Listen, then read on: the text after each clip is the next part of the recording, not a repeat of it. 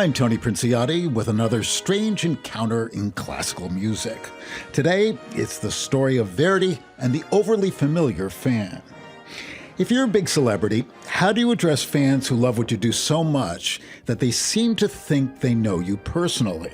Well, here's how Giuseppe Verdi, perhaps the greatest of all Italian opera composers, dealt with one particularly entitled young fan. It all began with a letter dated May 7th, 1872. My dear Maestro Verdi, attracted by your peerless genius and the sensation which your opera Aida is making, I went to a performance in Parma. I admired the scenery, listened with pleasure to the excellent singers, and took pains to let nothing escape me. After the performance was over, I asked myself whether I was satisfied. I decided that I wasn't. Then, as I walked back to the train station for the return trip to Reggio Emilia, I heard others give their verdicts. Nearly all of them agreed that Aida is a work of the highest rank. Perplexed, I resolved to hear it again, and so I returned to Parma 2 days later. Finding a seat was so difficult that I had to spend 5 lire to see the performance. I came to the following conclusion. Your opera contains absolutely nothing thrilling or electrifying, and if it were not for the magnificent scenery, the audience would not sit through it to the end. It will fill the theater a few more times and then gather dust in the archives. My dear Signor Verdi, you can imagine my regret at having spent 32 lire for these 2 performances.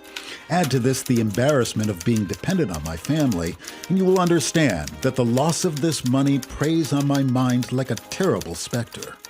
Therefore, I address myself frankly and openly to you, so that you may send me this sum. Here are my expenses. Railroad trip one way, 2 lire 60 centesimi. Railroad return trip, 3 lire 30 centesimi.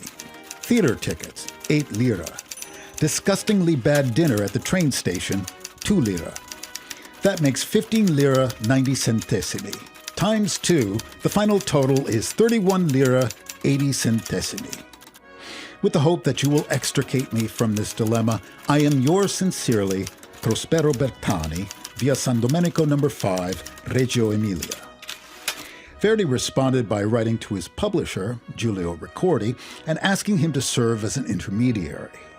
My dear Ricordi, in order to save this proud scion of the family Bertani from the specters that pursue him, I shall gladly pay the bill he sends me. Please have one of your agents send him the sum of 27 lire 80 centesimi at the address he has provided.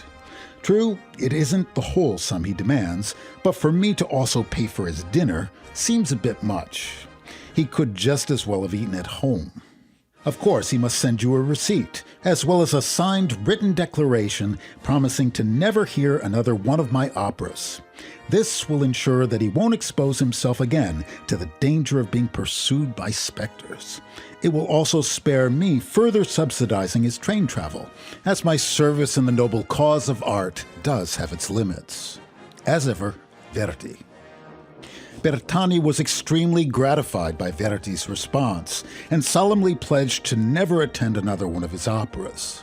The composer then sent the entire correspondence to the newspapers, exposing his young critic to public ridicule. But Bertani wasn't fazed. Maestro Verdi has reimbursed me.